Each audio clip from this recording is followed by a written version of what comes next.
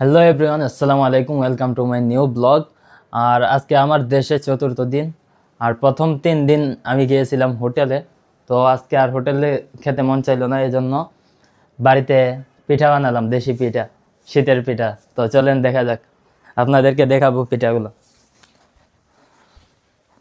তো এখানে দেখতে পারতেছেন, এটা হলো গিয়ে আমাদের বাসায় বলে ডুবি পিঠা, ডুফি ডুফি পিঠা বলে, ডুফি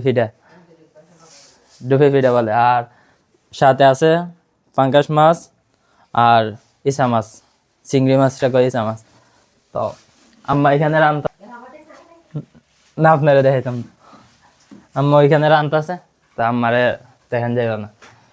তো অনেকদিন পরে খাচ্ছি, অন্যরকম ফিল, অন্যরকম ফিল। তো দেখা যাক।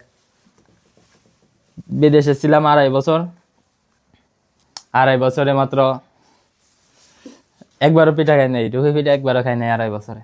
তো ভিতরে আবার নারিকেলও দিয়েছে, মিষ্টি নারকেল। তো মাছ দিয়ে খাই, দেখা যাক কিছু ভিডিও, তাই তো না? হুম,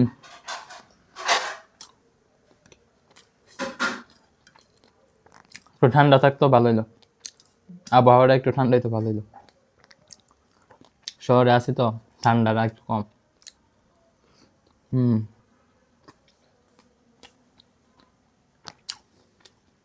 ঠিক আছে না? টিয়া দে।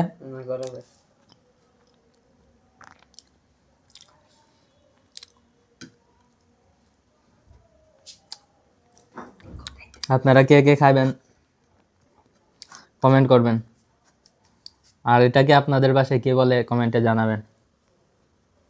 হুম, খাইটা